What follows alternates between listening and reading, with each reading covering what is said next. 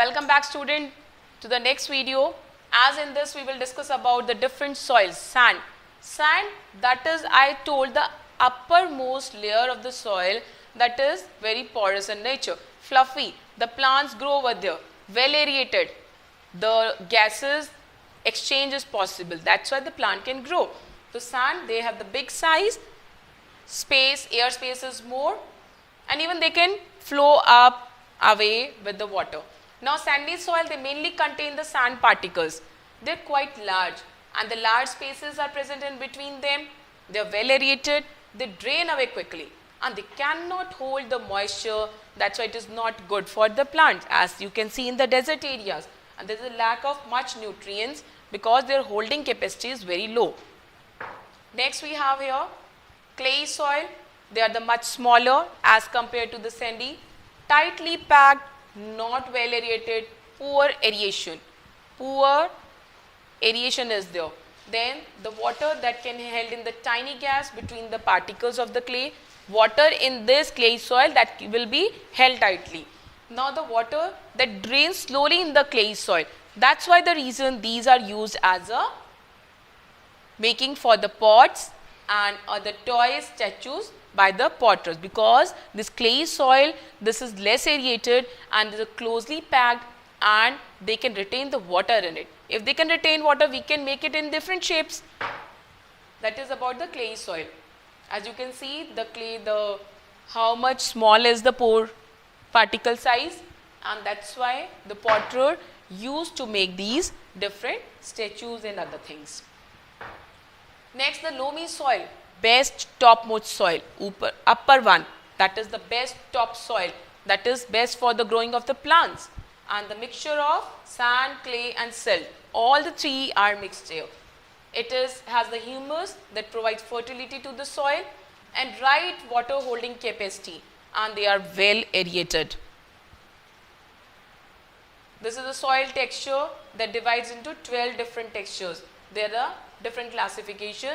These you will study in the higher classes, but there are different soil textures are present. Small amount of clay, medium of silt and some large sand particles. Now the component of soil. What are the components? What is present in the soil? That is sand, silt and clay. The mineral matter, that is 45%, and air 25%, and then water also 25%, and organic matter 5%. This all together make the component of the soil.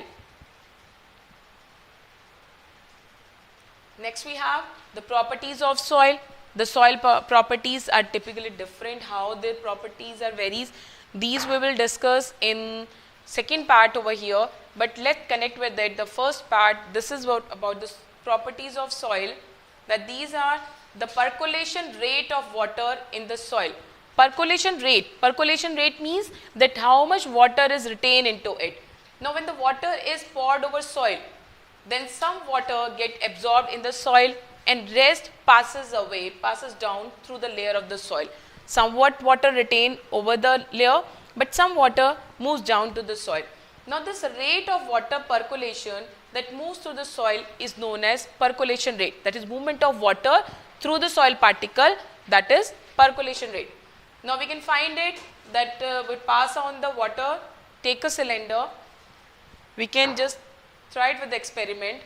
When we pour the water, when you are watering the plants in the pot in your home, what you will see, that some of the water that goes down, but more water when you are putting into it, that remain on the surface. Why? Because it will go slowly, because most of the water that has to be taken by soil, it is already gone down, but some remain over there that moves down slowly. That is what the percolation rate of the soil.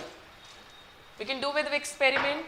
Take one pipe, put some water into it, then you will see, note down the time, that after how much time it goes down.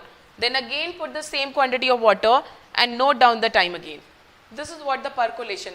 We can calculate this rate. How? Amount of water, how much you added, then how much time it takes. Say for example 300 ml water you add and time taken 30 minutes. So what will be the percolation rate of that soil? That means 10 ml per minute. That is highest in the sandy soil, but it is least in the clay soil. Why? Because the sandy soil, that is bigger particles are there, it can allow the more water to move down because space is there. Clay soil, they're compact, less space is there and no aeration. This is what you can observe different soil types. In this you will observe that sandy soil take the 10 minutes and loamy soil 20 minutes and clay soil 25 minutes. So this depends on their pore size, the size of the particles. These are less aerated and these are more aerated. So the water will move sooner in the sandy soil as compared to the clay. This is what the percolation rate. Now moisture content in the soil, we can also test the moisture content. How? Take the soil, boil in the test tube. You will find on the upper part the droplets of the water that are present in the soil. So water in the soil evaporates, moves up, it will condense on the cooler inner region of the wall of the upper part of the boiling tube, and this will tell us that moisture is present in the soil. Next, absorption of water by the soil, that the some water that gets absorbed by the soil and just passes down through the layer of soil. Some of the is absorbed by the soil, but some of the particles, some of the water that retain there in the soil. We can do it with the experiment. What you have to do is 50 gram of dry powdered soil, then drop by drop add into it the water. Don't let the water to fall at the one spot. Pour the water over the soil there and pour the water till it starts dripping. Okay, so what you have to do is like this way, just keep on adding. Slowly you will observe that in the initial state the water will not come. There is the soil which is present over there. Drop by drop you add the water. Slowly the water will come out of the beaker. So this is the initial volume 10 and final volume 5. That means that its retention, absorption decreases by the time. This you can also check that initial it was absorbing 10 ml, but at final 5 ml. And how much soil you take? 50 gram. Now you will minus these 10 minus 5, you will get the 5 gram. So initial minus final, and how much total soil you take? 50. You will multiply with 100, you will get the percentage of the absorption of soil. You have to take the soil, you put the same amount of water, you will see, observe how much water is absorbed, measuring the water that has been filtered out. So the different soil sample absorb the water in different extent. Now sandy will absorb less water and allows the more water to percolate because the particles are big and air is aerated. But clay soil, that will absorb the more water because particles are closely packed and it is not well aerated. So I think this is understood about the soil particles and the soil and crops, how they are linked, because they are also good for the clay soil, then loamy soil and the sandy soil. All these play an important role in the agriculture for the growth of the crop. For different crop, different soil is suitable. Now wind, rainfall, temperature, light and humidity. These are also the climatic factors which are important for the soil. Now climatic factors, they factor the different soil types and various types of vegetation and crops has been grown according to the soil types. You can see the wheat and grain, they grow in the clay and loamy soil. Paddy and rice again in this, because they depend on the retention capacity of this soil. Pulses and the cotton. So this, I think you understood that different crops need the different types of soil types and that depends on the temperature, humidity, different factors. And lentils, they grow well in the loamy soil, and cotton grow in the sandy and the loam soil that is present in the Gujarat area. So this was all about the soil. Soil erosion. As we studied about the soil, but need to understand the soil erosion also. Soil erosion, that is displacement of the upper layer of the soil.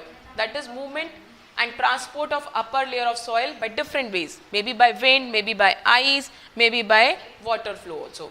So the top soil is the most fertile, and if it get flow away, there is a lead to the infertility, the loss of fertility.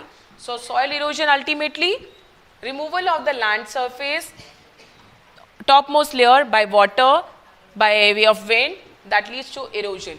Now plants which are firmly bind to the soil, absence of the plants, soil become loose.